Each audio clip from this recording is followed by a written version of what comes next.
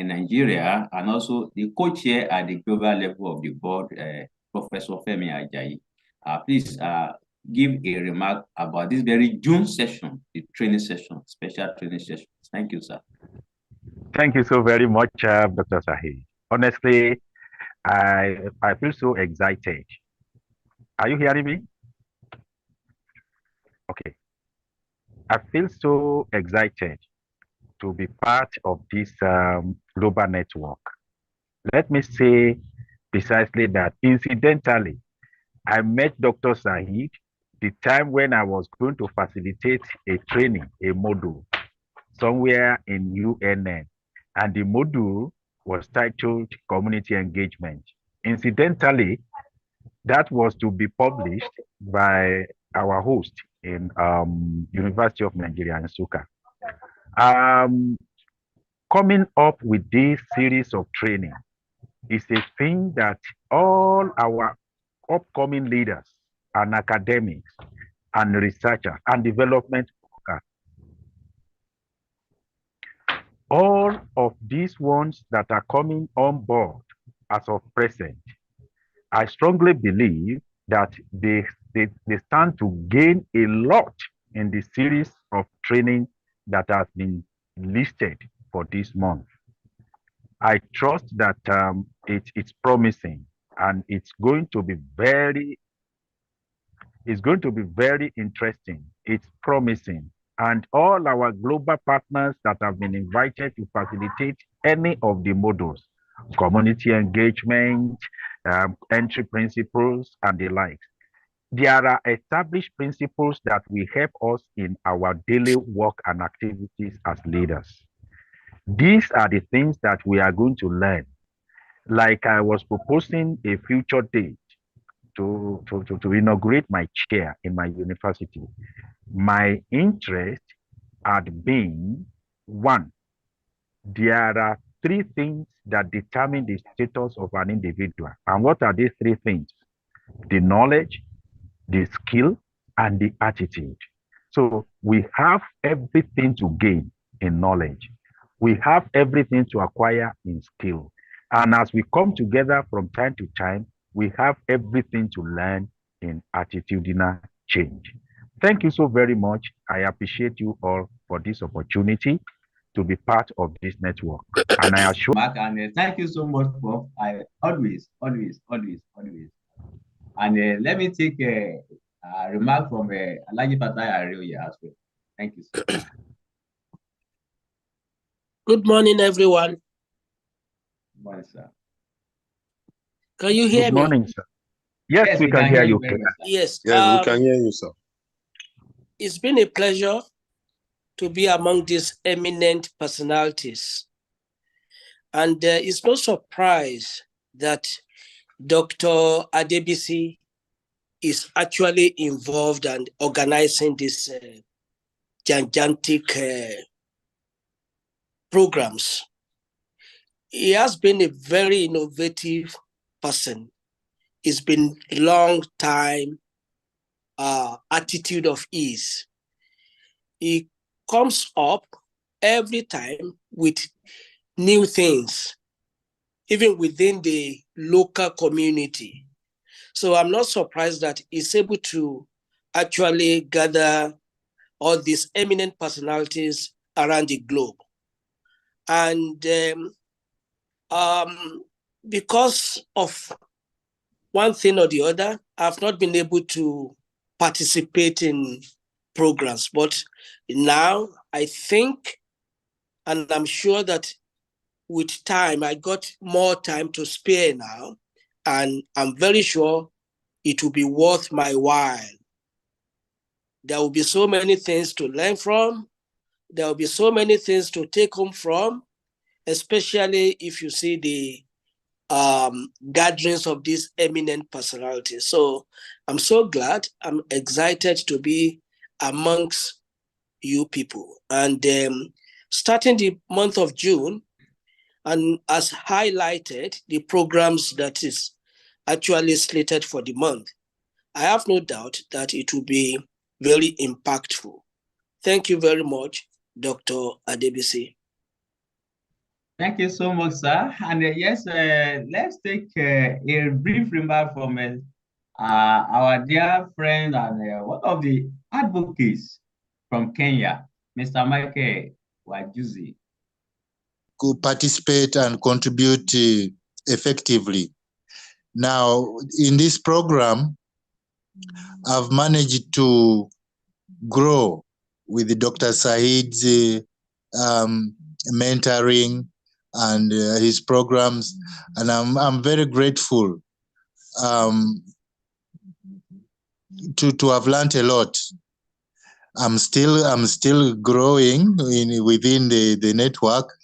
So yeah, briefly, that is me, and I'm very grateful to be part of this global network. Thank you very much. Thanks. And actually, Dr. Said has been like a mentor to me. He always contacts me that, where are you, Naomi? Please kindly join and do this and do that. And because of, I am also able to at least show something in a global world. I'm very glad for this opportunity that is given. And I encourage other members and those who are new that this is the right platform that you can work with. It can help you to improve on your research. It can help you to have connections and many other things. And I also thank you for today's theme. It's very important, and this is the right time so that we can see how we can boost our communities. Thank you very much. I welcome everyone. May God bless you. Thank you so very much. So let me quickly go into the presentation proper for today. And let me share my screen. It has been titled Stakeholders Engagement, Mobilization, and Management Strategies. I'm making this very training as a kind of something that we are going to enhance our understanding and also sharpen our skills and also take note of one or two things that some scholars and leaders are using as their magic wands. Because there is no success without the magic wands. And unless the person tries to tell you this is what it is all about, it will be difficult for anybody to get how all these things happen. And that's the reason why I say, okay, let us start by sharing our magic wands. And let me start this today. So,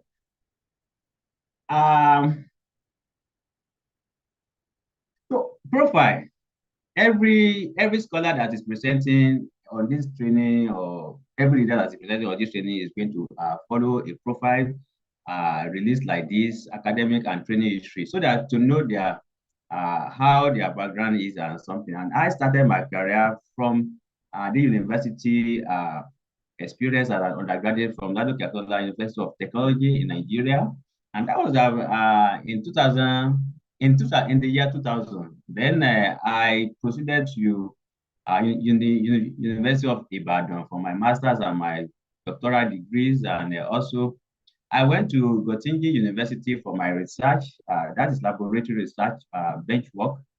And I proceeded to few universities also to attend some trainings, especially on this aspect of sustainability, global sustainability, sustainable development, and some other things around the world, whereby I was able to meet, I think, 30 country managers around the world in Stockholm University, Sweden, in Columbia University in the New York, USA, and currently I work with Osun State University in Nigeria.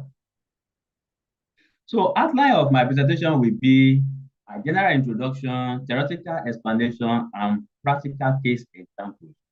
That will be my highlights. Objective of this very training, or of this very training session, is to actually share knowledge and insights about how to successfully implement stakeholder management. How to successfully implement stakeholder management, especially the strategies that are involved when we want to manage stakeholders, because stakeholders, whether we like it or not, within environment and everything we are doing, definitely we have stakeholders. In the family, the stakeholders are the father, the mother, and the children, and the extended families. And when we are in the schools, we have the teachers, we have the students, we have the parents, we have the general public, constitute the stakeholders. In the market, we have the buyers, we have the sellers, we at different experience of life, we have stakeholders. But what are strategies that we can use to manage these various stakeholders, and what are the things that are involved? The second one is to empower anybody that has business in this very stakeholder management of the thing. And that is especially when we are talking about the corporate environment, like our workplace, like our public settings and the rest like that, and even professionals in the management and leadership position.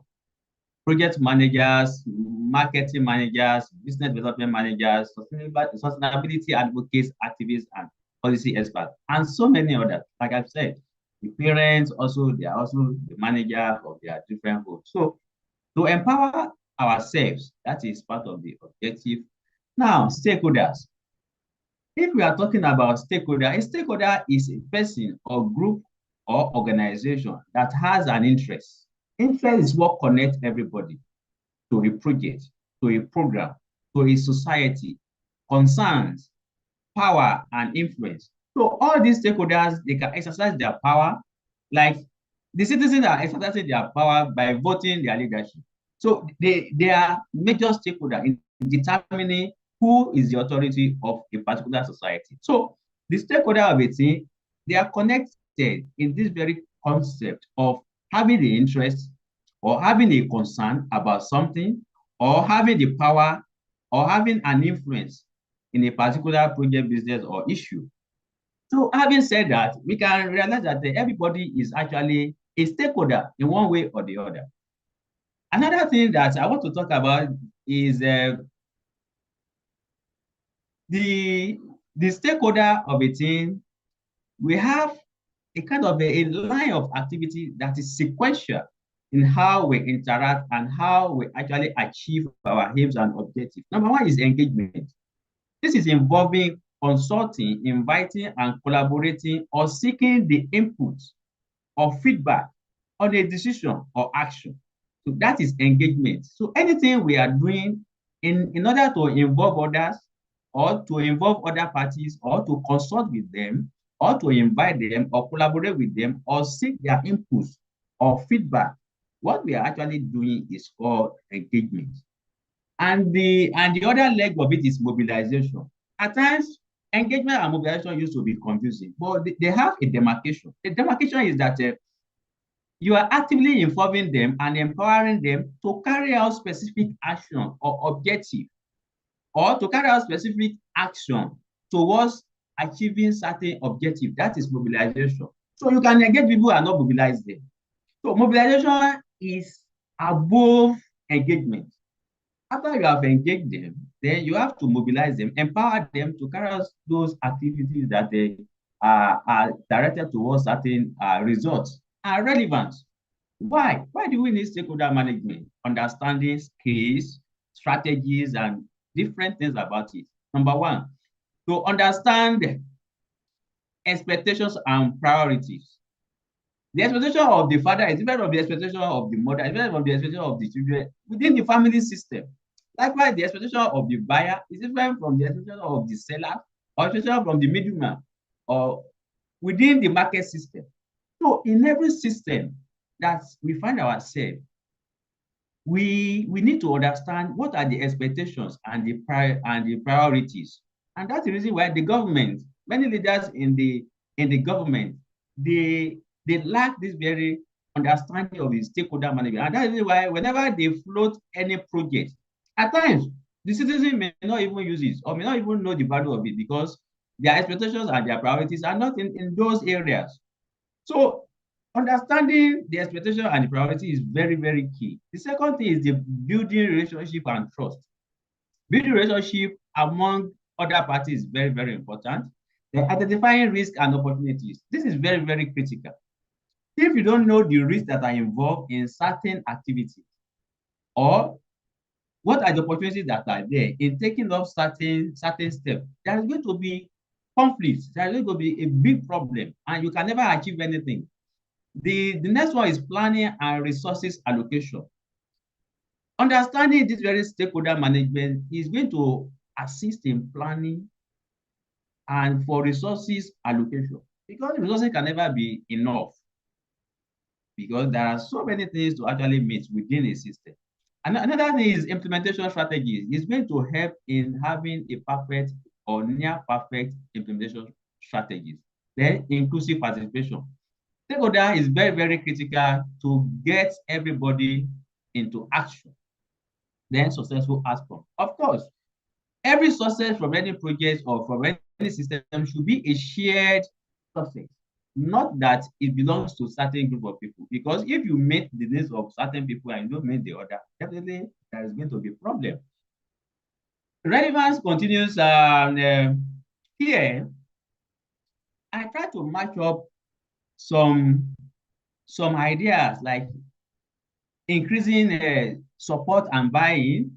That is part of the benefits of the relevance. Enhance reputation, improve communication, strengthen relationship, better risk management, and increase stakeholder satisfaction. All these things are within the interaction, within the relationship, within the what everybody needs to come together to actually achieve. That very character and behavior, all these ones in the yellow are actually dealing with that. And the one in the green part, improve decision making, enhance project implementation, increase innovation and creativity, increase social responsibility, long-term sustainability, and promote transparency and accountability. This has to deal with the project itself. It has to deal with the goals itself. It has to do with the target itself. So this one, that is, we need to marry our behavior to what we want to achieve. And that is where the stakeholder management is actually very, very interesting and very, very important. Now, here I want to mention something about strategies and tools. The strategies and tools are: one, identification; two, analyze; three, prioritize; four, design; implement; evaluate, and report. In order for you to identify the purpose of that very stakeholder focus, you need to do mapping, because there is need to have a stakeholder that is relevant to what you want to do or that what you want to achieve. You have to do mapping, you have to do survey, you have to do inquiries, and you have to discuss. All these things can help to identify the stakeholders and their interests and some other concerns that are relevant to them. And some of the tools that can be used is like forum. You can organize a forum. You can organize so many meetings and the conferences, summit, and everything, so that you will gather ideas to identify what are the key issues. Then analyze. For you to get analysis very, very perfect, you need to plan. You need to have a defined aim. You need to have a set objective, and you need to have a focus on certain targets. And the best way to do that is through observation. You need to be very, very observant. Because if you are not very, very observant, you may have a wrong aim, you may have a wrong objective, you may have wrong targets and wrong planning. And any analysis based on that is going to be wrong. So observation is very, very, very, very, very important. And also prioritize. The prioritize has to deal with something like consultation and need assessment. It is until you understand what they need, what the society needs, what the people need, what every member of that very system needs, and you consult them in a proper way, that is when you can now have that very priority settings.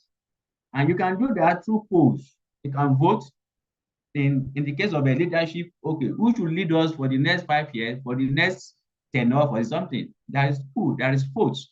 So then design, how do you achieve design? You need information and expectation review. When you have all those review, whatever is the outcome from that will help in designing that very strategy. And that is a plotting tool. You can plot. So by the time you are able to plot different information and expectation, you'll be able to design properly. Then implement. After the design, you implement. The implementation is to assign responsibilities. Of course, you cannot be the person that is going to do everything. Definitely, every member of the system that are considered the stakeholders, they need to have responsibilities. And how do you ensure that those responsibilities are actually fulfilled? And that is through the tool of tracking. You have to track. You have to track from time to time to each of the stakeholders as the responsibility has been assigned, then evaluate. After the responsibility has been fulfilled, then you have to evaluate. That is, you have to have a feedback mechanism. You can do survey, you can do interview to actually have, are you really making progress? Are you getting it right? Or you are not actually addressing the major issue? Then after that, there is need for report. Report means that there is need for time to time progress and updates, communication. So communication is very, very key in the strategy and tools of stakeholder engagement, mobilization, and also management as the overall target. Then best practices. What are the best practices that are very relevant in the stakeholder management? The first one is conduct situation research and analysis. It's very, very important. Very, very important to know the situation. And that must be with clear research and analysis. Then identify relevant stakeholders. Identifying relevant stakeholders are very, very important aspect, because if any project or any system exists without identifying the stakeholders, there's going to be problem. So the best practice is to identify the relevant stakeholders. Then understand stakeholder needs and interests. Very, very important. Develop a stakeholder management plan with key performance indicators. This is a new development on the best practices. You need to actually have indicators to actually measure your progress and activities against. Like when I was thinking about this very GSLSN, I was thinking about what are the key indicators that can show that we are making progress. Okay, how many scholars have we been able to enroll on this very platform this month? Okay, what about the following month? What about the following month? As that kind of a indicator keep on increasing, the scholars number keep on increasing, the leaders numbers keep on increasing, the generational scholars and leaders keep on increasing, which means that we are making progress. But if we have a stagnant growth or we have a decline, we need to quickly check where are things going wrong. So performance indicators keys are very, very important. Then we have communication, communicate regularly and effectively. Communicate regularly is very, very important. At a time, I understood that many of our members will be waiting for what is next. Okay, we have done this, we have done this, we have done this. Okay, what is next? And until when that very communication comes in, people will be motivated, people will be mobilized again. But if there is short in the communication, or there is no link in the former communication and the next communication, there is going to be problem. And that is the efficiency of it or effectiveness of it. It should be something that is actually sequential and logical. Then we have involved stakeholder in decision making. It is not by accident that we are making the chairs, co-chairs, and also different responsibilities and different things that we are actually trying to innovate. It is due to that everybody must be involved, because there is always going to be a question: why am I here? And if we don't find an answer or answers to those questions, definitely we are not having the best practice, and also everybody will be losing interest. So that is part of the best practice. Then use technology. Technology is very, very important because it's going to create a support system. If WhatsApp is not in existence, or some of the tools we are using are not in existence, how are we going to be able to coordinate and also to actually deliver on different programs and the different sectors that we have been holding? So use of the technology is very, very important. Designing, presenting, and the rest like that. Then evaluate, measure, and review activities, progress, and improve. From time to time, there will always be a way to improve. Like when our new generation actually presented, we saw different slides and different formats, and we learned from different presentations. And we now gather the whole review and say, okay, let's adopt this very model in our presentation. And that is actually what informed this very slide that I am actually presenting with. Common challenges. What are the common challenges? Identifying stakeholders are very, very challenging, because at times there are issues of a misidentification. Limited resources, in fact, is very, very big challenge. Because if you plan and you have so many things to deliver, but there is no resources, definitely you are going to have a shortfall of implementation. Then stakeholder conflicts. This is also a big issue. Stakeholders that you may be thinking that these are their concern and their interest. They may have another concern entirely that is hidden until when you engage them in the best practice is when you are going to identify what are the conflicts, what are the areas that you need to harmonize issues, compromise, and also negotiate. Then legal issues. Legal issue is also an important issue to look into under challenges. Then and let me give an example of a legal issue. We are trying to register this very GS LSN in Nigeria. We have paid for the first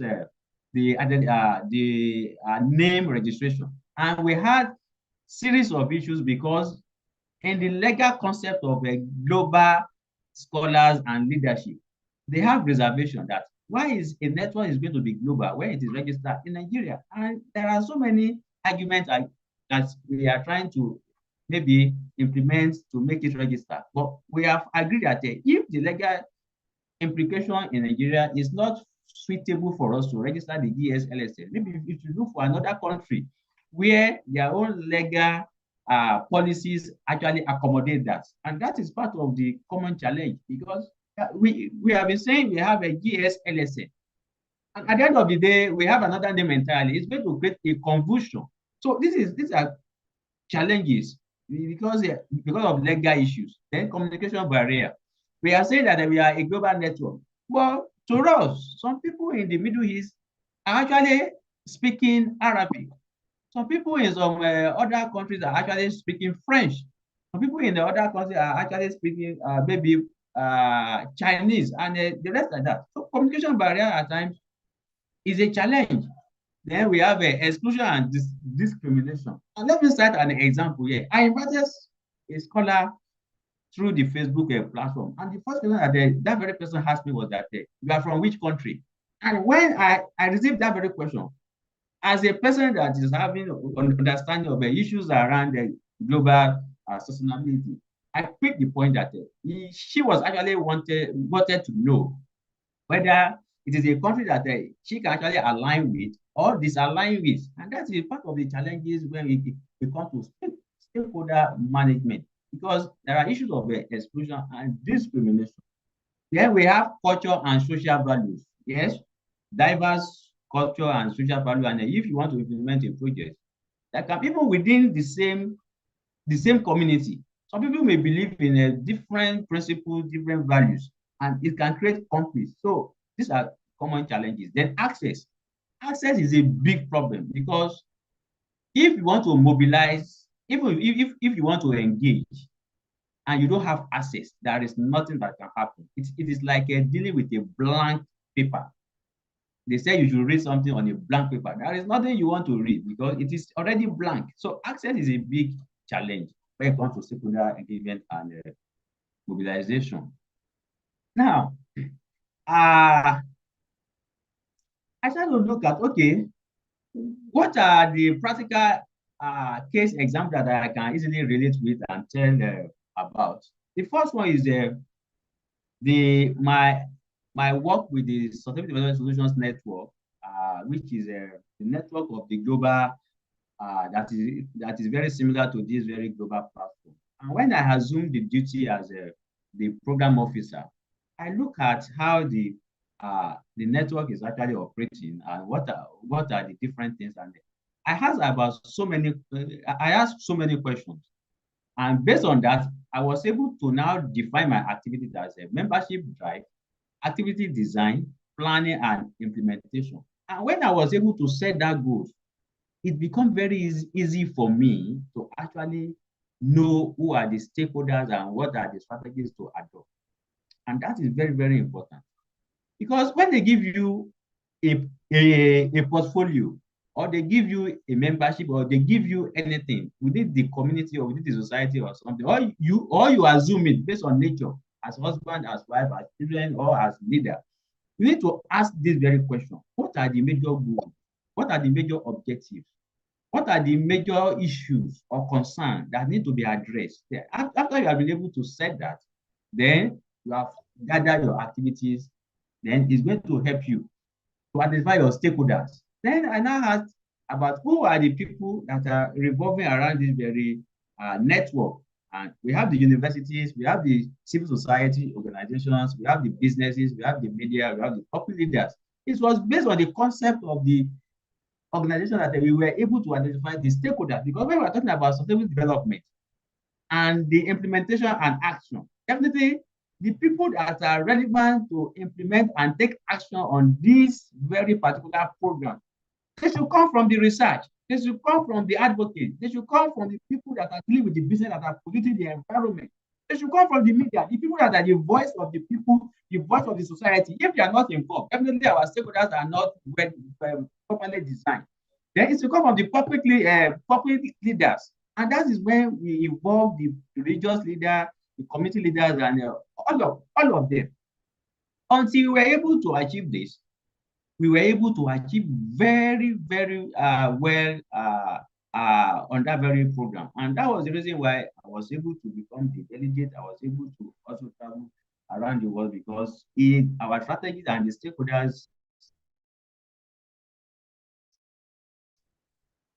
mapping was actually very accurate, actually deployed with the team that were leading the organization then. It was letters.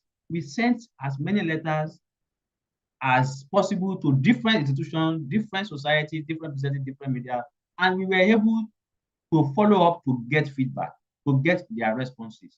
After that, we engaged them in different meetings and forums and different summits and conferences. After that, we follow it by presentation and empowerment. Because if you want somebody to take responsibility or to take action, and you don't present your idea in a way that they are going to understand, it's going to create problems. Then empower. You need to also give them the tools and the knowledge and the skills to actually deliver on them. And it was a very success story experience. Then focal groups. After that, we group them into different of different activities and projects. We are actually reporting. We were actually releasing updates. We are actually making up that everybody is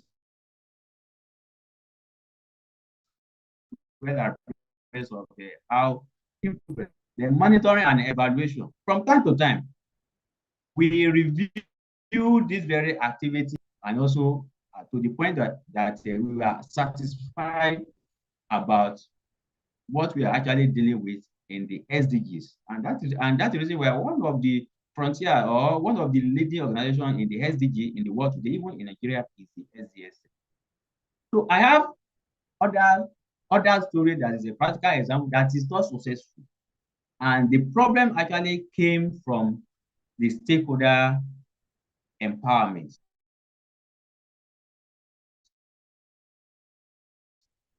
And the stakeholder concern and interest. That very project actually landed me into serious trouble, serious problem, because we identified stakeholders, we drafted the activities, and we deployed the strategies. But unfortunately, the interests and the priorities of the stakeholders are not what we are designing.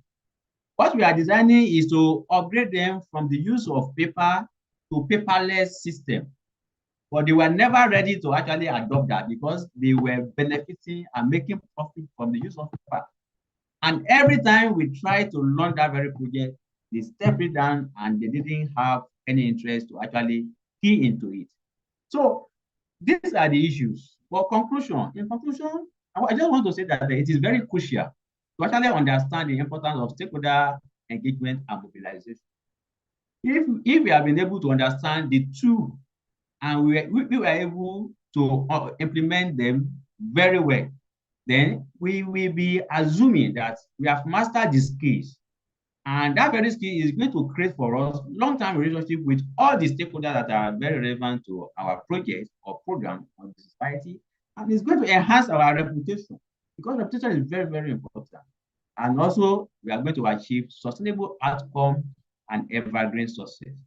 So these are my thoughts that I put together, and I believe that I have been able to touch some critical aspects of this very presentation. So thank you for listening.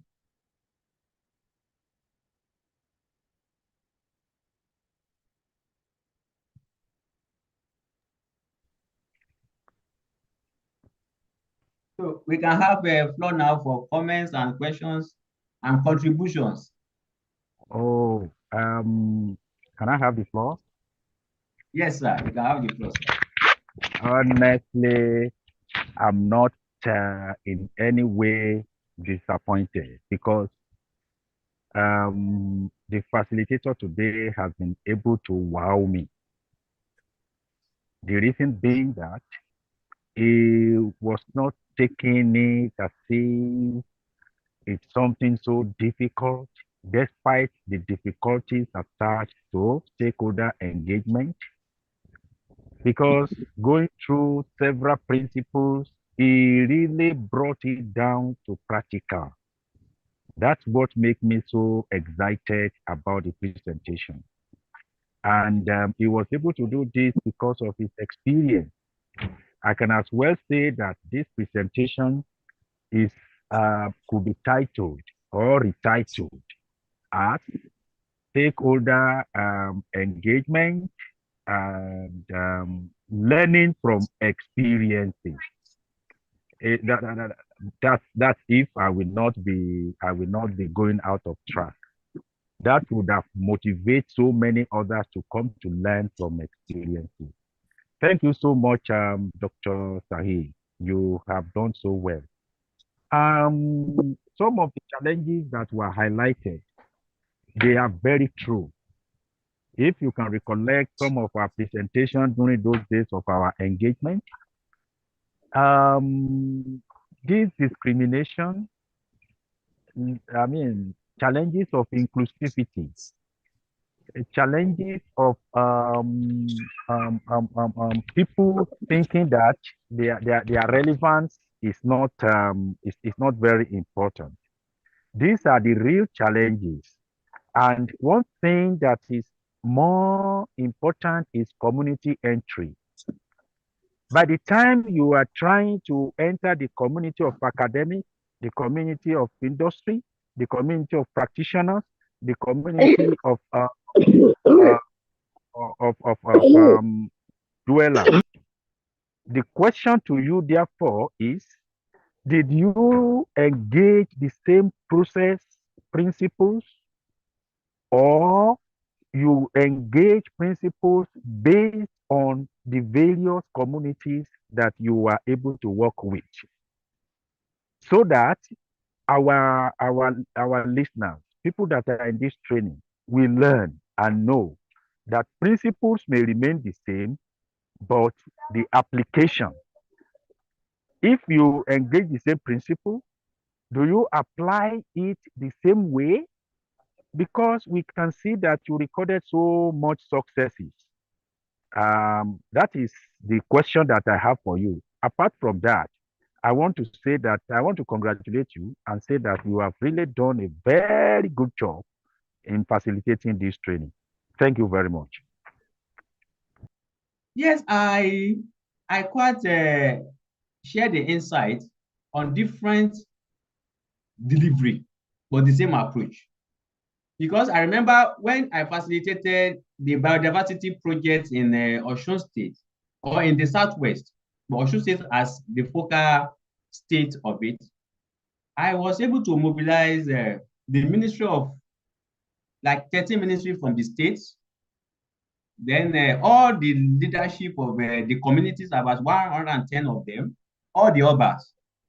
Then I was able to also mobilize strategic department from my universities, and also all the leadership of my university.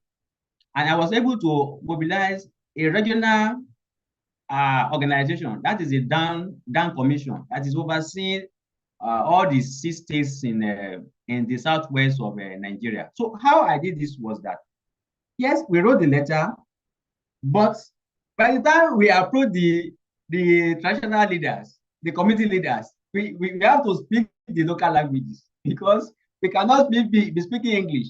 And the way we even address them, we address them from the point of the benefit the community are going to benefit, not the project that we actually want to implement. So they saw the project from what they stand to gain rather than what we want to implement, and they accepted. But the ministry are, the way we approached them was that, yes, we sent the same letter, but we were trying to let them see that we are trying to complement the effort of the government to actually deliver the dividend of democracy to the people. You can see different languages. And that's the reason why the same letter will not go for all of them. You have to reframe different letters. And even when this very network, the way I compose messages to invite different members of the, or different members at different layers are different. Because if you don't communicate in their language that can easily motivate them to get them mobilized, to get them interested, they can never even listen to you. And not all the time that you are going to have success rates with a different method at the same time. But that's the reason why from time to time you need to review.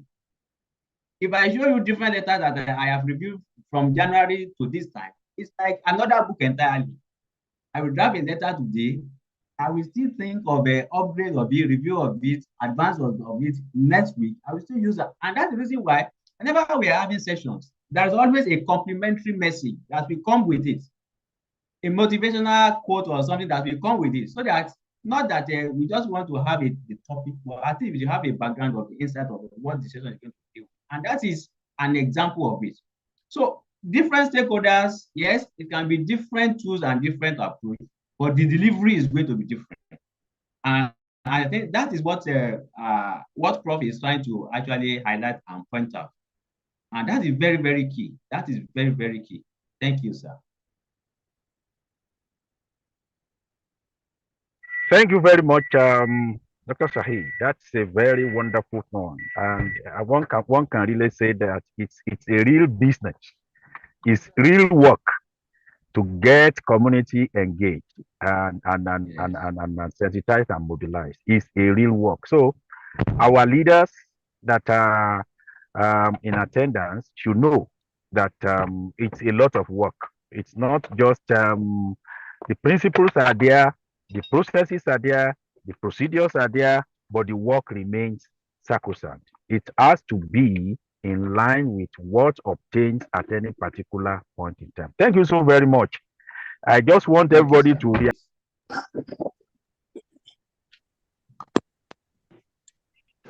Yes. Yes, Alagi Fatai. Oh, allow me. Thank you.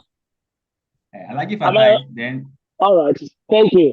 Yes. My only question is, how do you actually address issue? Let's say, for example, you proposing a project, and the project is well thought of. You go to the community for implementation. But there are some people within the community who actually know that the project is worthwhile, it's going to benefit them. But because of the personality of the facilitator, they want to constitute a clog in the wheel of progress. How do you manage that? Yes, thank you. Thank you so very much, sir. Well, how I manage that is that I would have actually feel the pulse of the community I am actually going to. And once I feel the pulse, I would rather delegate that very assignment to somebody that is neutral, not myself. But it has happened several times. There are some data that if I deliver to the office of a certain principal officers in my university or in my community, or even within the process of the stakeholders of the determination, they will not even consider it. They will just drop it somewhere. But instead of me going to deliver it, I will delegate it and I will change the orientation of that very letter. So that at the end of the day, they will have their own buy-in into that very agenda and not being able to go back. Even if they want to go back, there's going to be a question of why. So, and because they don't have a very logical reason to answer that very why, they will have to just be get involved. And also the best way to still manage the situation is actually to let people realize that this goes beyond individual interest. This goes beyond, and that's the reason why majority of the projects that I have been championing goes beyond individual. It has been a community or a society at large. So because the society wants more of impact than what will benefit individual. So if they try to assess and analyze the whole situation and they are seeing that there is no personal interest in this, definitely they are going to accept it. And that has been the strategy. Whenever you are putting your interest in front, in fact, if people that even want to buy in, they will even restricted or even have a reservation. Because in the general evaluation of a situation, nobody likes when you are fronting for an agenda that's going to benefit only you or that's going to benefit you first. Whenever they sense that, they are not going to come up. No matter how you try to convince them, they are not going to come up. But when it is a shared win-win situation, everybody wants to belong to where they are going to win, and others are going to win. And that is, I think, the strategy that I've always and that's the reason why, even if we look at the very GSA, LSN posters, I don't usually put my picture there. I rather put the picture of all the scholars, all this stuff, because there's going to be a question. Why is his face always appearing? And yes, it is a good question. Am I promoting myself? Am I promoting my agenda? Am I promoting? No. We should center it around the team and the focus of the issue that we want to solve. And that is a big lesson for each and every one of us. Whenever you are too frequent in the feasibility and the appearance, people are going to back up and people are going to have reservation. And that has been the major strategies. Thank you, sir. Thank you for that in-depth. Yeah. Thank you. Giving an example of oppositioning group. One of the key stakeholder is police, human rights, and the government, but it's not in support of whatever you're doing. So you have a very good idea. So I'm asking myself, what can such a person or what can such a group do for them to pass on their idea, whatever is that I call it? Thank you very much. Yes, thank you so much. That problem exists everywhere. That problem exists everywhere. And the best way to address it is to actually develop a network or develop a team of people of the same ideology or the same interest to float that very solution or agenda to make it fly. Let me give you one very good example. This very program that I am actually facilitating is supposed to be a university program for our students. But when I push several times that they are not embracing it, then I look outward. So many things that we want to also facilitate within the community. When there is no proper buy-in, we look outward. When you have situations like that, the best way is to build a team around that very project and start implementing. And it has been the second phase of it. The people that are not interested in it, when they see it thriving, they will have interest. And that is the best way to convince them. Because majority of them usually think that can this fly? Can this actually be viable? It is not that it was deliberate. But they were looking at the success rates and also the risk involved. But when you start to implement it and they see that, yes, it is becoming a success story and something, they are going to embrace it back. And that is the best approach. Hi, everyone. Fine. Mr. Saeed, can I share my screen? Okay. Okay. Okay, you can share your screen now.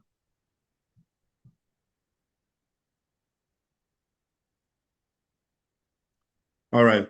Thank you so much for the opportunity. Mr. Said, I've done so well by talking us through stakeholder management and how it's being done. And during the presentation, made mention of tracking. And then that spurred me back to my one of my tools that I use to track stakeholder and project management. Now, so far, there are some documents or some technology you use to track the progress of stakeholder management, including duties. So one, because of time, I will use this to call RISI charts or RISI matrix. Now, what's the meaning of RISI? So RISI starts from responsible, accountable, consulted, informed, responsible, or informed. Now, how does it work or what's the meaning? Permit me to take us through these key words for better explanation. Note, RESI chart is very good. It's good for anyone. You can use it. Probably you have a personal project you are embarking on and you want it to be results oriented, easy with good and concise KPI. First, when we talk about responsible, who is responsible for a certain task or specific task? Who is responsible? And secondly, we have accountable. So accountability comes from you giving out a chunk of work. So who will you hold responsible or accountable for this? For an instance, when you have a program, or if you're a program manager and you have a lot of people, you have staff working with you. So the head of the department will be accountable to the probably to the provost or to the chancellor or to the vice chancellor that okay, the group of lecturers have done so thing, or the group of students have done this. So how or what are the effects? So everything the vice chancellor wants to hear is okay, have you done the job? He said yes, as the head of the department. And that is where accountability comes in. Consulted. Most time when we talk about consultations, they are SMEs, that is subject matters experts. So for every department, in any organization, we have some experts. So these experts will tell you that, okay, this is what you should do, that is what you should not do. I can give a very good example when it comes to, let's say, sustainability. So a lecturer, a sustainable consultant will tell the organization that, okay, we are having community engagements. So it is the duty of the expert, that is the sustainable analyst, to tell us that, okay, you need to meet a specific people from X and Y village so that the people living around will listen to you. So imagine you want to go to an Ijaw community that is have an upheaval is going on and the crisis is really out of hand. So the best thing you can do is you can't just meet all the villagers because of what is going on. You need to be selective. Check who is responsive, who can listen to your plight or listen to what the organization is about to tell the people living in that specific place. So informed comes from when all the consultations and you have a well accountable person have gathered all the information based on a certain project or a course with stakeholders. You need to give out an information, which could be a secretary or a front desk person. And responsible and informed, these are just the front desk people or the gatekeeper. They are not overly saturated or involved in the activities of every matters. They are just like informed, like, okay, they don't have anything to do about the whole situation. So here I will give us a walkthrough. So this is how it's being done. Like I said, when it comes to stakeholder management, it's very fragile because for everything you say, for every presentation, for every engagement, we must monitor the process, how it is done. And here so I have some keys here. First, we have one here, we have how we prioritize our engagement. Is it low, is it high, or is it medium? Now, if we have a proposal to meet a group of people. Now, how important are they? Or can we just bypass them? Can we just bypass them? Is it possible? Can we like find, oh, they call it shortcuts. So now their status is very simple. Are they very important, or they are just less important to the project, which is in line with stakeholder management? So here we have different keys. We have low or high. And also from here, we can also track the progress of our status. For example, we have not started, we have in progress, complete, needs review, approved, overdue, and all that. So now for every step we make, we have to use these tools to ensure that we have a very good relationship with our stakeholder. And in fact, this is just like a map. It gives us a very clear insight and a clear route of what we want to do. Different, because one thing is to have a good stakeholder management. Another thing is to track the progress of your engagement with them.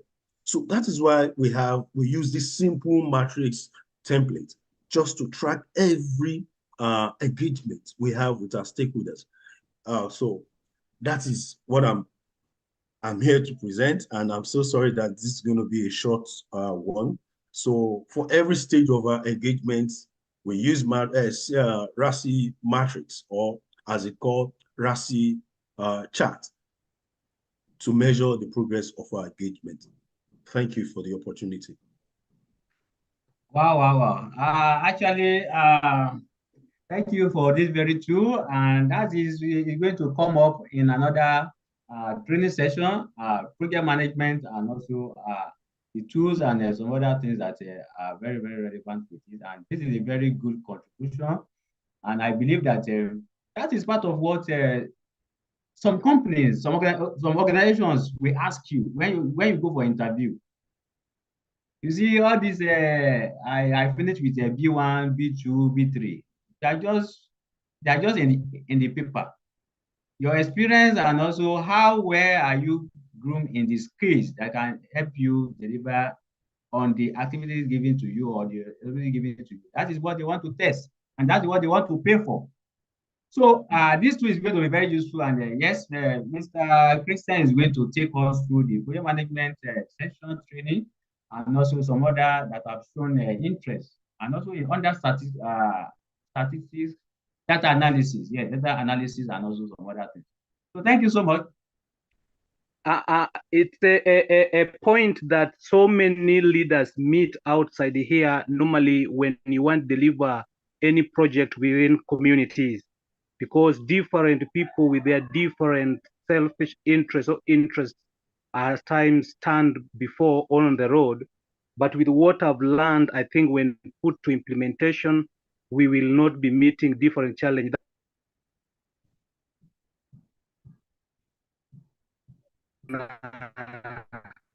When you mention that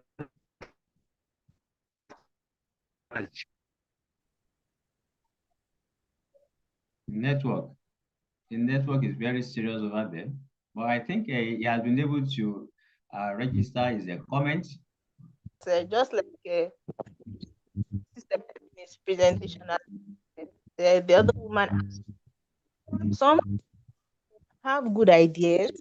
In fact, it's coming to do benefit the people, but because I'm in Nigeria, and many of the projects I've worked on are within Nigeria and Africa as a context. The people have come to develop of a distrust. You understand, in both people. Hello. Yes. So we are with you. Go there to maybe start an initiative, or you want to even collect data for sometimes the people are already discouraged. Everybody is a stakeholder in every project, but that affects. You understand? So okay, let me give you an instance. My latest experience was when I had to do a survey of women and how they utilize and how they got health information and how they utilized it within Oyo State. I traveled to a couple of villages and I discovered that as you get there, many of them already discovered that people just come and make us talk and talk and talk. And at the end of the day, there will be nothing. So it was a lot of conviction, a lot of talk, a lot of stress. In fact, many of them will not even respond to you now if you don't go there with things that they will get, which is already even bad for the research institute. You understand? For the research world on its own. So now getting those people that already have track record of being distrust, of being disappointed, to now, commit, it's going to be a lot. And that's why many times now when you're going with ideas, I believe that the stakeholders should, even from the local leaders. I remember I met the king from one of the villages, and it was I went around some of their healthcare centers and they were a complete mess.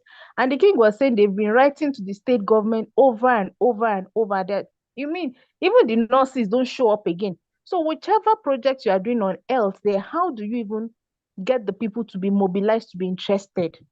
So, these things become a major issue. Sometimes you can't do these things without the government, and last minute, the government just backs out, making you look like a liar and all that. But even in the midst of that, it means that we, like you said, we just have to start. And when they begin to see that, okay, there's something promising coming, they would be willing to take part and maximize whichever ideas we're bringing. So the stakeholder thing is, well, I'm sure that for a while we might have problem with bringing the community members. The goal of every project, community development project, is to help the community members work towards their own improvement. So it might take a while, and at the end of the day, we might have to make ourselves from outside the community stakeholders when we're able to fly the project. They can come in and will be willing to parts of the project. I think it's just the little I can say for now. It's significant. Yes. I quite agree with you. The points you raise are is very important and very strategic. And of course, uh, it has become a real issue when it comes to taking data, like primary data from the communities.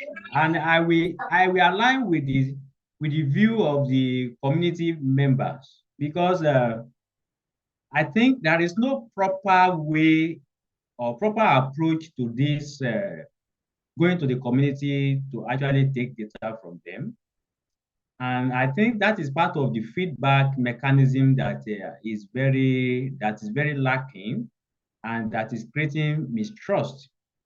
And I believe that if Mr. Caroline can also make his own perspective. I think he was talking about the opposition perspective of this very team. I think there should be a kind of a best practice to follow to actually achieve collecting data from the communities. And I think what I've seen so far is that if our own primary goal is what we want to achieve with them, we will always have issues, because they have already know that we want to use them for a study. We want to use them to actually assess certain things to ourselves or to our system or to our organization.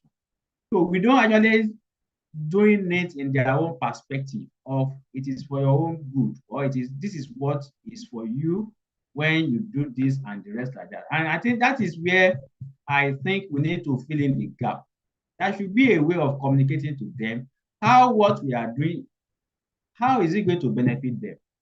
And I think what I said during the interaction on the Professor Ajayi's mention and Alaji Aroye mentioned was that the way we deliver this very engagement and also mobilization strategies is going to be very different.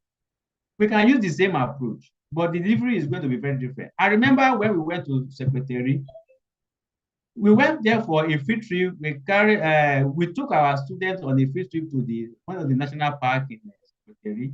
And after finishing, we wanted to depart that very community. And I told our team, if we leave this very community without visiting the leadership, it's going to create an impression.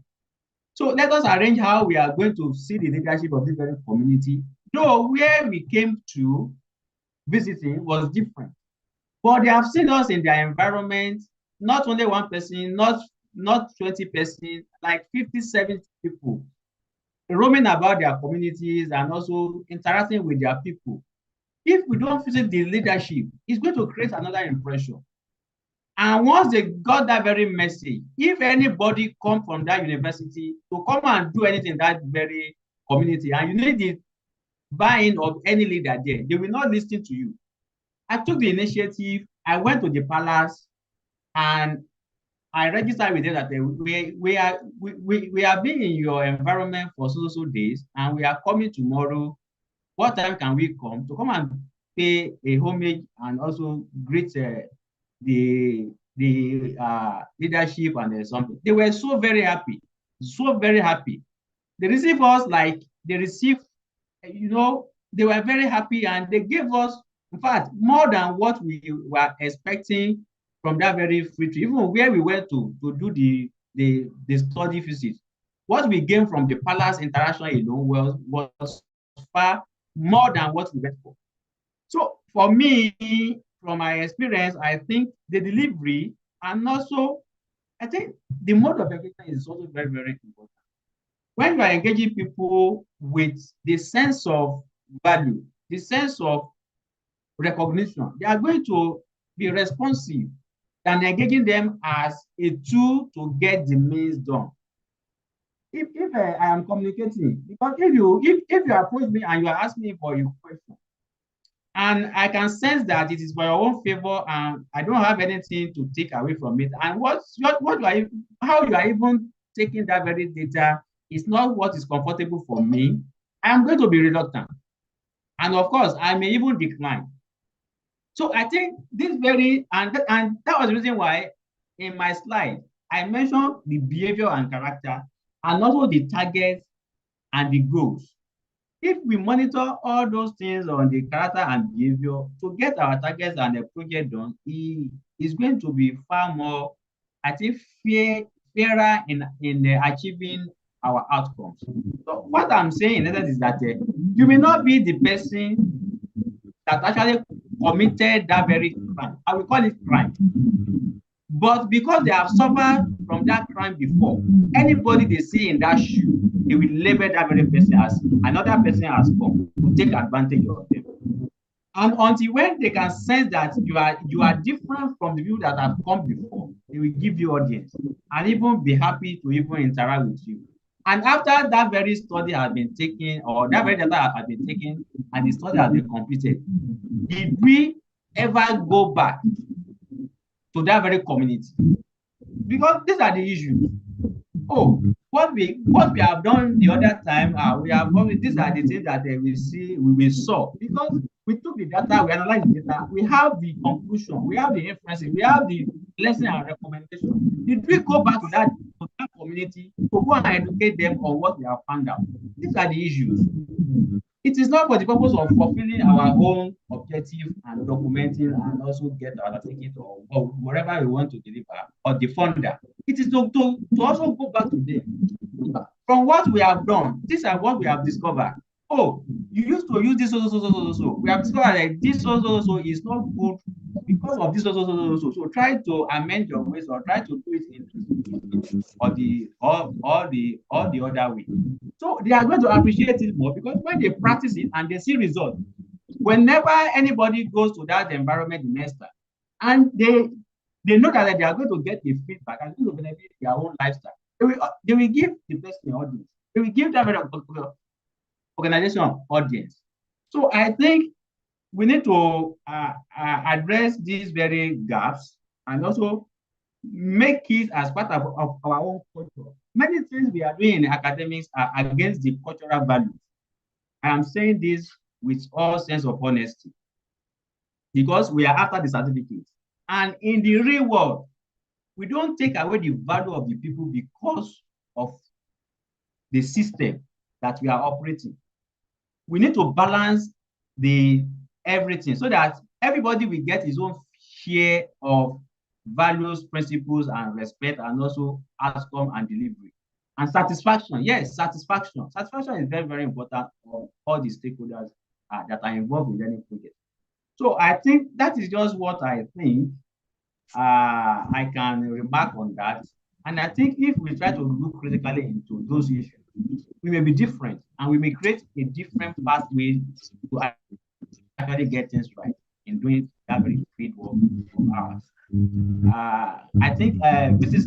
Lovely, is that comment valid? Is it, what do you think about that very comment? Because I'm just remarking, I'm not sure of your situation. Yes, sir. Your comment, they are very good. As I said about the that for my thoughts that sometimes they don't have this. For example, when all of I went was part of master's research to investigate all of that, and I've come back now. I have recommendations. I have comment. I have everything, and I've presented it. Now the problem is that many times there's a breach, particularly in Africa.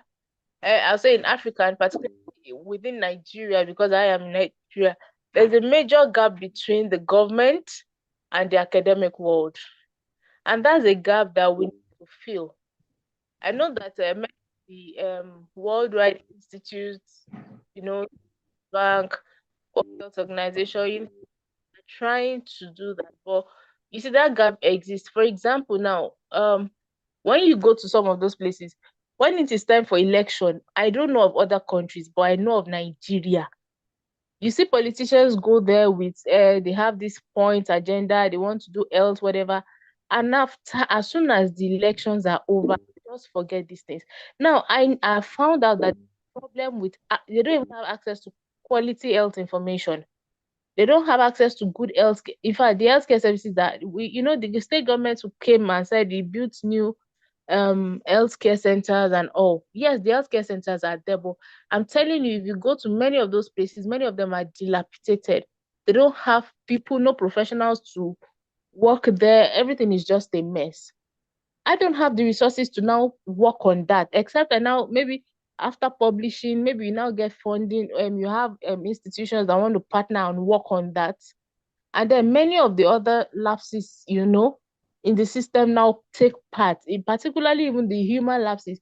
You tell people to bring you to stock up those health centers, and the same people that are trying to work for their benefit are trying to embezzle the money.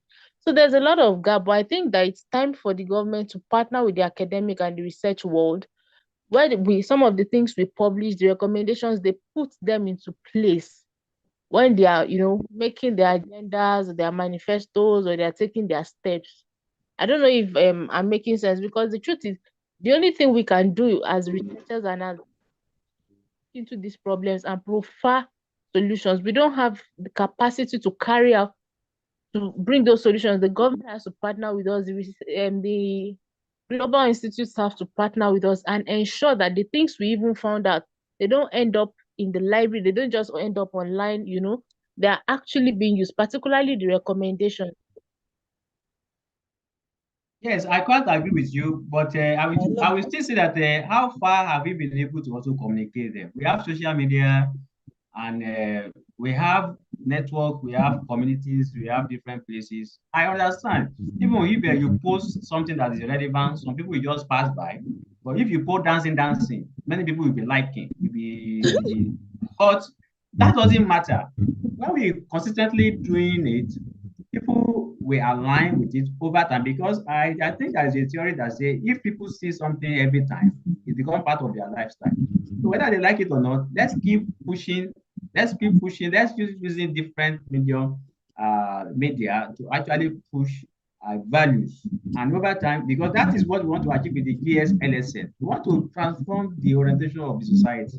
Seeing people that are dressing naked and some other things that they don't, and celebrating them like a celebrity. We want to change that very perspective. And that's the reason why we are pumping in all these sessions because session can be holding every month. But we want to create that very sense of seeing it every time. You key into it.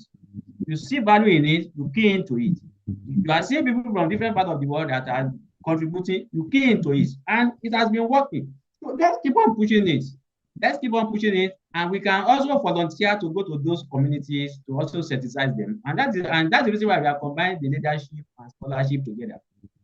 Whatever we are doing, let's take responsibilities to also be a leader. Let's go there. Let's volunteer. Let's raise fund, whatever, logistic. Let's go there and we can achieve it. Yes, that is, we can achieve it. Yes, Anessa, you want to talk? Your mic is frontaging all the time. Yes. Well done, and thanks for the presentation from all our elderly and scholars that have been speaking since morning. This topic is a very, very sensitive and timely, because it cannot be emphasized that letting the stakeholders be among the decision maker. It will really, really help. And I also key into the recommendation from you and the Mrs. Loveland that giving back to the society will have a long way to change their orientation. Yes, you said something that in academic, we are using the wrong approach to all the projects. Like we are just like using the people just to collect the data and forget all the other necessary things. Like, okay, after you have done the research, what has been your results? Supposed to be shared with them.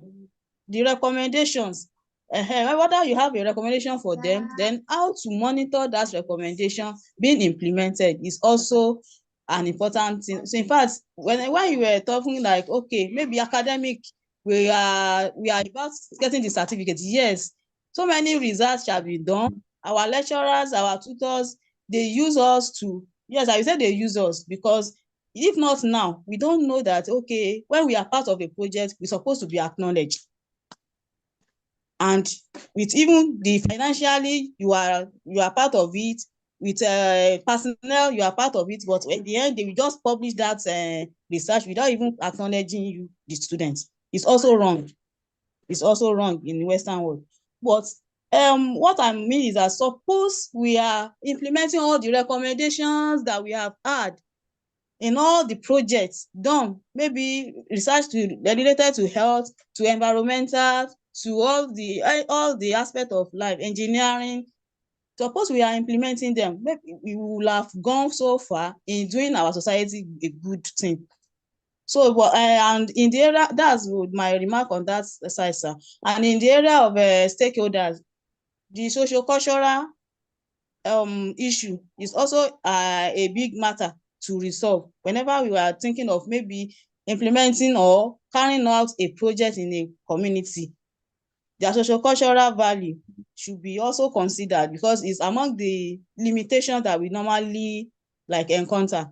Some people don't believe in health, like, okay, maybe I will call it orthodox medicine. They don't believe it.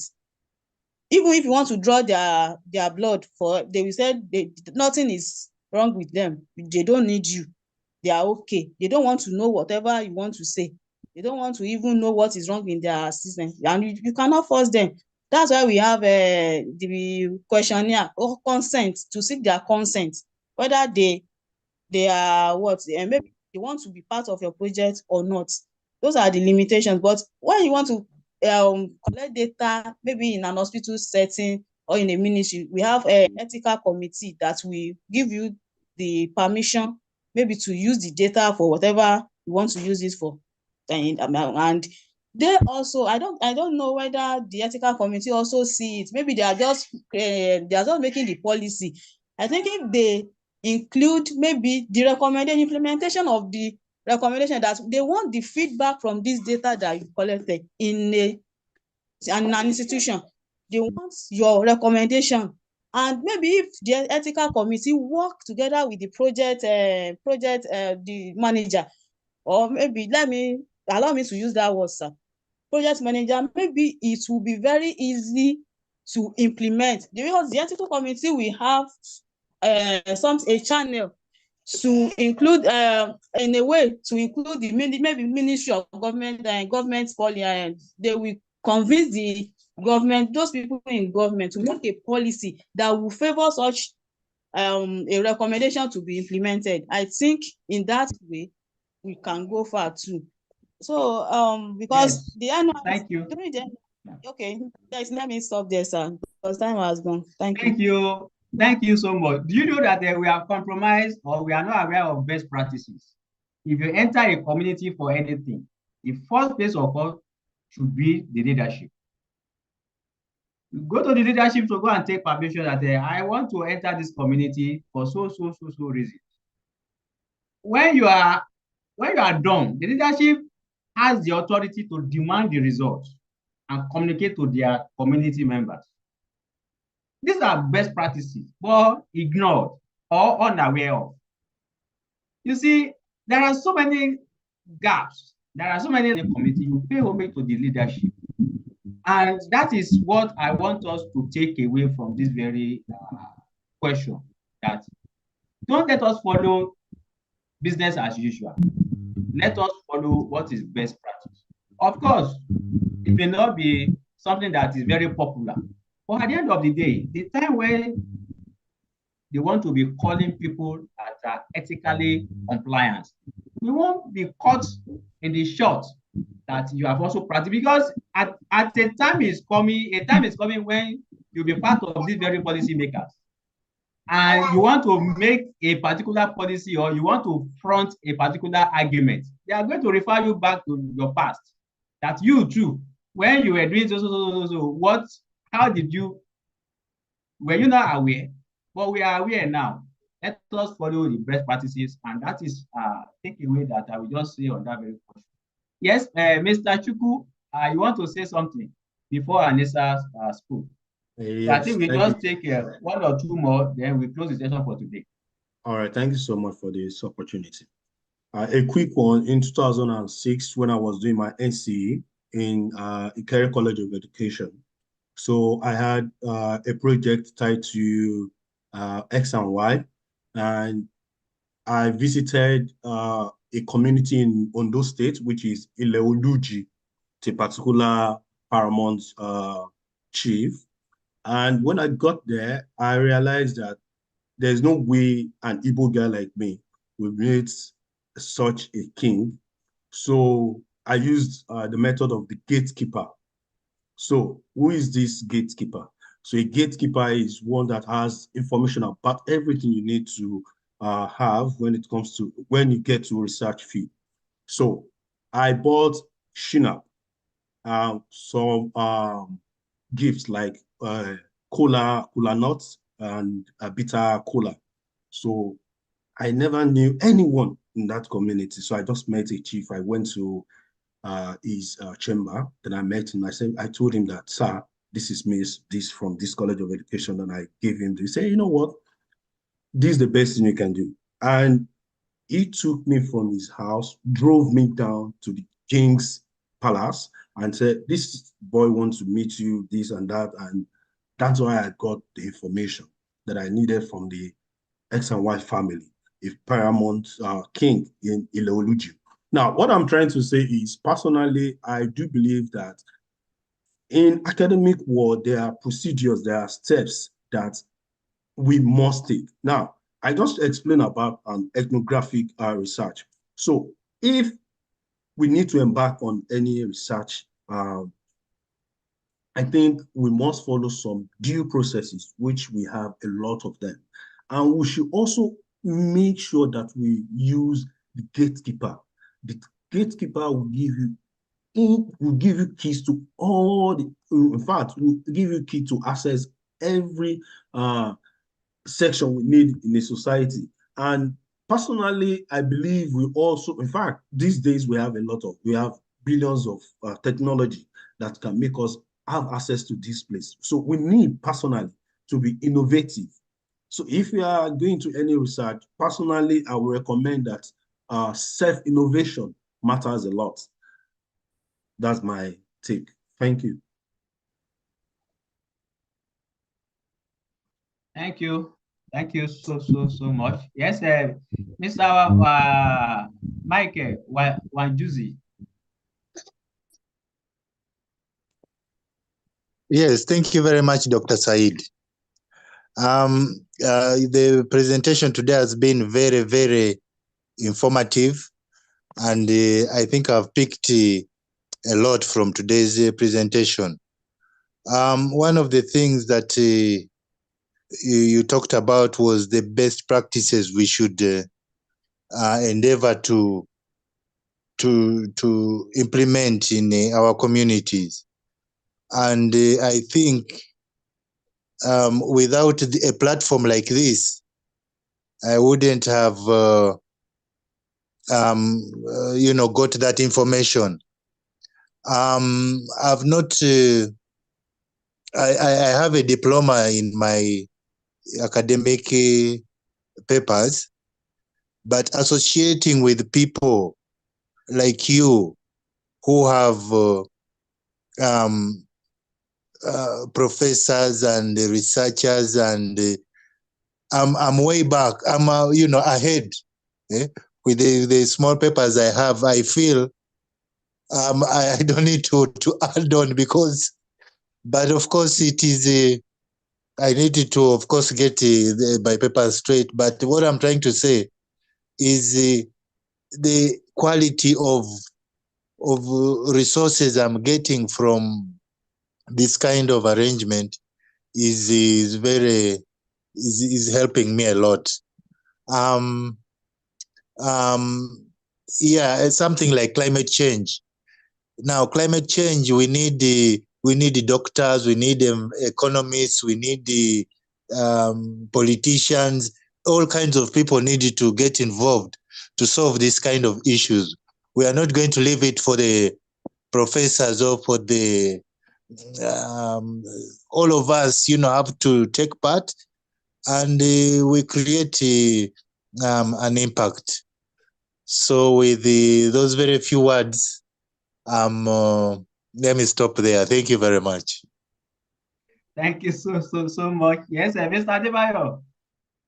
From the education perspective, I know you deal with all this data collection a lot. What do you think, Mr. Adeyemo?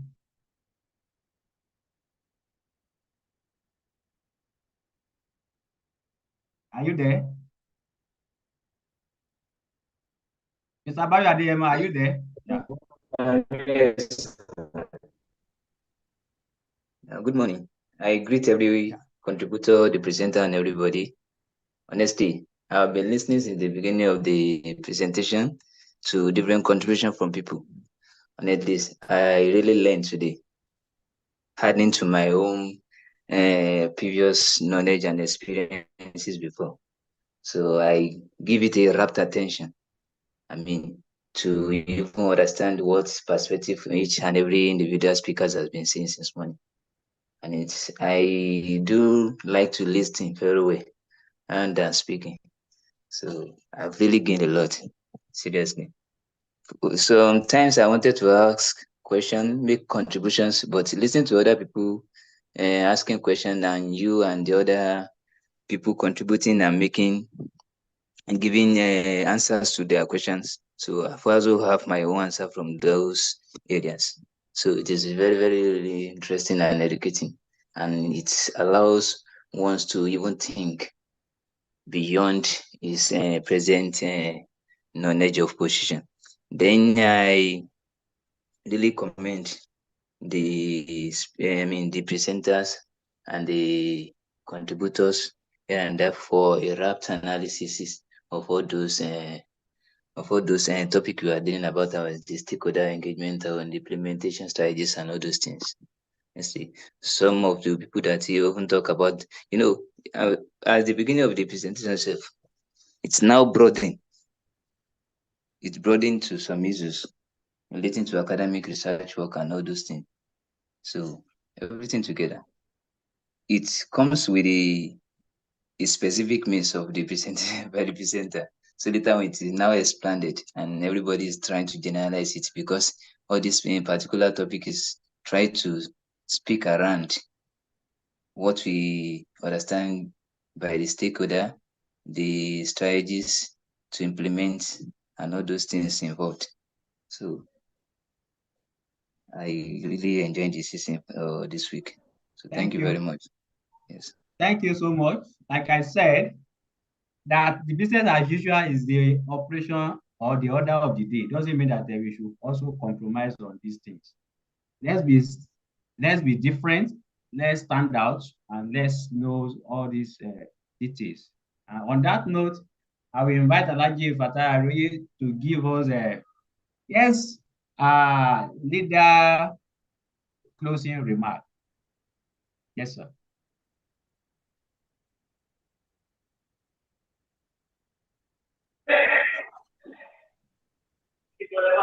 Hello, everybody. Hello, sir. We are with you, sir. Yes, Yes, sir. I'm sure everybody present today must have been so thrilled, and each and every one of us, I'm sure, has taken one or several things away from the presentation today. It's no disappointment at all, and it's time worth spent. I want to, on this note, congratulate and thank the presenter, the facilitator, Dr. Adebisi. I would like to recognize I don't know the name of the man that gave us the slide and gave us the tool, the racial Yes, Mr. Chuku. Mr. Chuku. So I really love that as well. The slide was so concise, and then the acronym is easy to know as well, to research further on.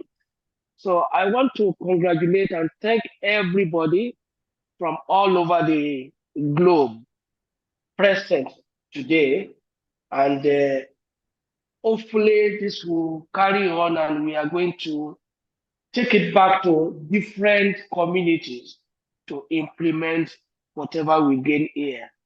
On this note, I'm thanking you all for your time, for your efforts, and for your input. Everybody, thank you.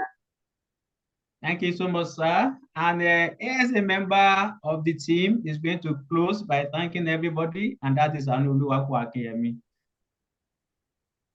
Anoluwaku Akinyemi, close the session for us today by thanking everybody.